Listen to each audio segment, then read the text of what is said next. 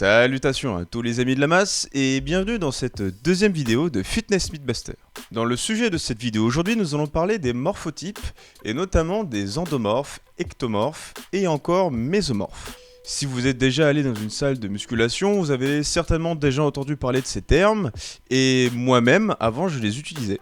Aussi, souvent, nous entendrons les coachs sportifs nous dire « Attention, étant donné que tu es un mésomorphe, fais attention à ce que tu manges, tu as tendance à stocker bien plus que les autres personnes. » Ou à l'inverse, on peut aussi entendre une personne nous dire « Oui, vu que tu es un ectomorphe, tu vas un peu galérer pour prendre du poids parce que c'est sûr, tu vas jamais stocker, tu vas jamais prendre du muscle, ou alors tu vas devoir manger des tonnes et des tonnes. » Nous allons voir dans le détail pourquoi ces morphotypes en fait ce sont que des idées reçues, et juste avant cela, on est parti pour le générique.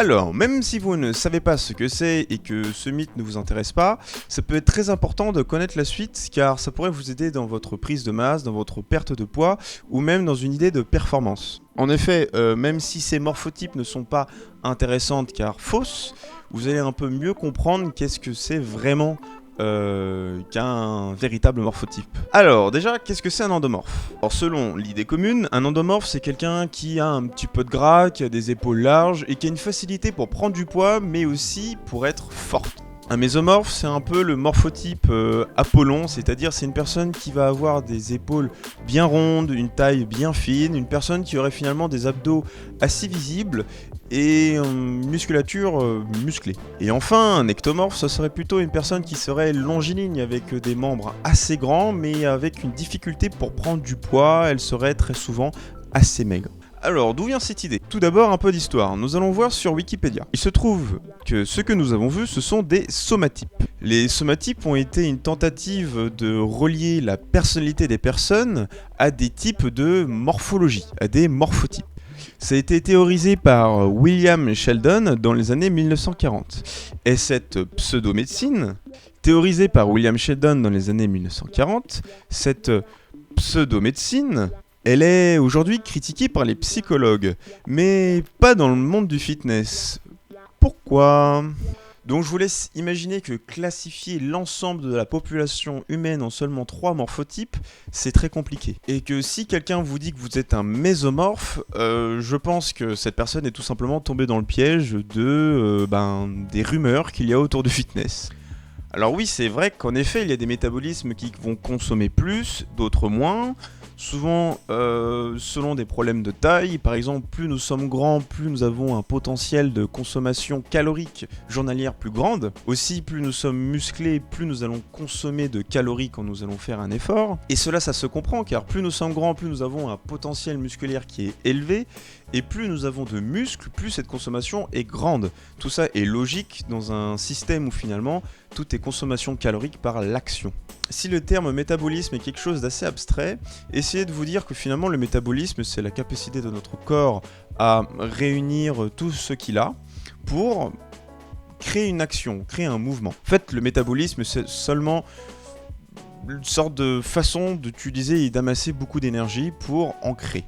Donc pour en revenir à notre idée reçue, si un coach vous dit que vous êtes un mésomorphe parce que vous êtes un petit peu trapu, il ne faut pas forcément l'écouter parce que ce n'est pas parce que vous avez, on va dire, un ensemble anatomique assez imposant que forcément vous êtes quelqu'un qui devrait éviter de trop manger pour stocker.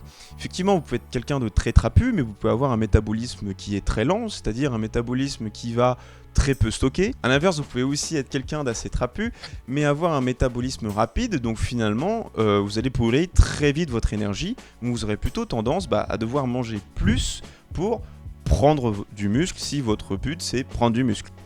Et puis parfois, si vous ne prenez pas de muscle, ce n'est peut-être pas un problème de quantité, mais plutôt un problème de qualité. Mais ça, vous imaginez bien que c'est un autre sujet et ça va prendre du temps d'expliquer tout ça. Résumé, si vous êtes un mésomorphe, ça ne sert à rien d'essayer de limiter votre apport nutritif, car vous allez juste être quelqu'un de carencé, ou pire, vous allez perdre en performance parce que vous aurez juste faim et puis vous suivrez pas votre métabolisme individuel. Pour rester dans le domaine de la physiologie, je vais vous donner 3 astuces pour savoir si vous êtes quelqu'un qui va beaucoup prendre ou très peu prendre de poids. Donc la première chose à savoir, c'est votre mode de vie.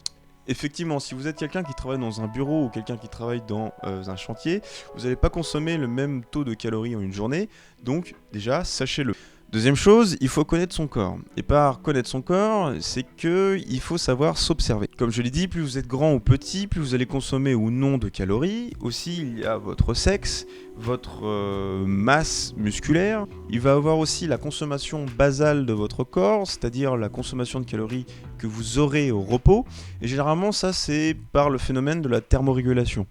La thermorégulation, c'est essentiellement la création de la chaleur par votre corps pour essayer d'être une température tout à fait ambiante. Et généralement, selon les individus, vous allez aussi en consommer plus ou non. Par exemple, nous les hommes, nous allons consommer plus de calories qu'une femme pour la thermorégulation. Et troisième tips, ça va être l'alimentation.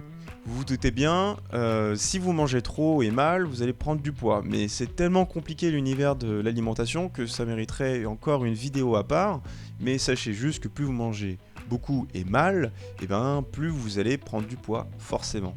Donc maintenant, nous allons revenir sur le sujet de la vidéo, qui était pourquoi sur le plan anatomique, le mythe de l'endomorphe, etc., c'est aussi complètement faux. Et bien sur Terre, nous sommes 7 milliards, donc il y a 7 milliards de types anatomiques possibles. Bah oui, c'est pas parce que nous sommes forcément grands que nous serons un ectomorphe. Parce qu'il peut y avoir un ectomorphe à larges épaules et un ectomorphe à petites épaules, un ectomorphe qui est assez gros, un ectomorphe qui peut être assez maigre. Bref, ça ne rime à rien de dire que tu es ectomorphe. Par exemple, nous avions dit que l'endomorphe, c'était une personne qui avait généralement de grandes clavicules et qui était aussi sujette à avoir beaucoup de force. Eh bien, imaginez maintenant que nous avons quelqu'un un peu endomorphe, mais qui a des clavicules très petites. Eh bien, l'endomorphe, qui est une personne assez trapue, peut avoir aussi des clavicules grandes comme petites.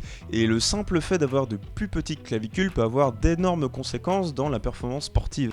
Car en effet, quelqu'un qui a des clavicules qui sont très petites va avoir beaucoup plus de facilité et être très fort au développé couché. Il y a tous les sports de lancer. Parce que du fait que les leviers sont très courts, eh bien la force ressentie au point d'impact sera aussi beaucoup plus grande. A l'inverse, les personnes qui ont de grandes clavicules seront désavantagées au développé couché. Cependant, ce seront des nageurs exceptionnels en brasse, en crawl, parce que vu qu'elles ont de grandes clavicules, elles auront de grandes amplitudes de mouvement et donc aller chercher très loin pour amener le plus possible d'eau pendant leur natation. Parce qu'en effet, à la natation, plus nous aurons de grandes clavicules, plus on pourra aller chercher loin et donc déplacer beaucoup plus de masse d'eau, donc garantir une meilleure propulsion. Bref, les clavicules, c'est tout un sujet qui est très intéressant car en fait ça peut créer des champions. Et comme le dirait mon mentor préféré Frédéric Delavier, on peut devenir un champion quand on le veut, sauf quand on ne le peut pas. Bah oui, vous regardez tous les natageurs... Les nageurs. Eh bien oui, je vous laisse regarder une compétition de natation, vous allez voir que les nageurs ont toutes des épaules très larges. Et effectivement, elles ne vont être que avantagées, donc forcément, elles auront la carrure d'un champion. Donc voilà, nous arrivons à la fin de la vidéo, j'espère qu'elle vous a plu et que vous aurez appris quelque chose de très important à mes yeux. En effet, le mythe de l'endomorphe et de l'ectomorphe me tenait vraiment à cœur de le faire parce que j'étais moi-même tombé dedans. Et je commençais à en avoir un petit peu marre de l'entendre autour de moi parce que finalement ça ne veut pas dire grand-chose. Comme d'habitude, je remercie encore Laclem d'avoir fait les illustrations et aussi l'introduction de la vidéo. Et aussi, je voulais faire un petit salut à mon ancien club de force athlétique, le CHU. Et aussi je voulais passer un petit coucou à mon ancien club de force athlétique, le CHC de Pontoise, dont je porte fièrement le t-shirt. T-shirt où vous pouvez voir le logo FF Force, donc la Fédération Française de Force, dont j'ai été aussi un adhérent. Et ben on se dit à la prochaine fois pour voir tous les mythes qu'il y a autour de l'alimentation, et puis des petits bisous.